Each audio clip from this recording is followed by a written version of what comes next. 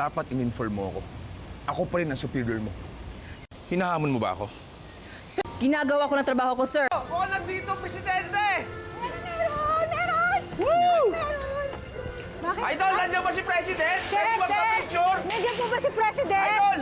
Nandiyan po ba si President? Magpa-picture! Papapicture po kami! Sir, papapicture Magpapapicture lang kami! President, sige na, magpapapicture lang kami. Kapit-bahay namin si Melody. Pwede magpa-picture kay President? Sige na, idol mo kami. Kapit-bahay namin doon. Parang di ka na magpapit-bahay. Baka pwedeng magpa-picture kay President. Parang di ka na magpapit-bahay. Baka pwedeng magpa-picture kay President. Salamat po. Sabi kami, binoto namin siya ko. Ano yung gulong yun?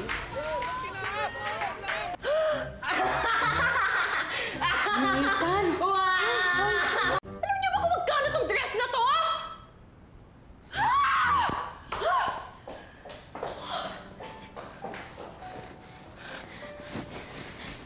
Nicole, sorry talaga. Wait lang. Wait lang.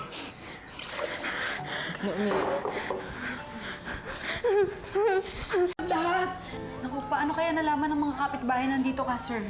Melody, kailangan ko na umalis dito. Pag dumating dito ang press, matadamay ang pamilya ninyo. Pasensya na ho kayo at nangyayari to. Ay, teka lang ho, sandali lang, sir. Hindi naman yata tama na tumakas kayo. Wala naman kayong ginagawang masama eh. Sandali lang po, kakausapin ko lang po yung kapitbahay namin.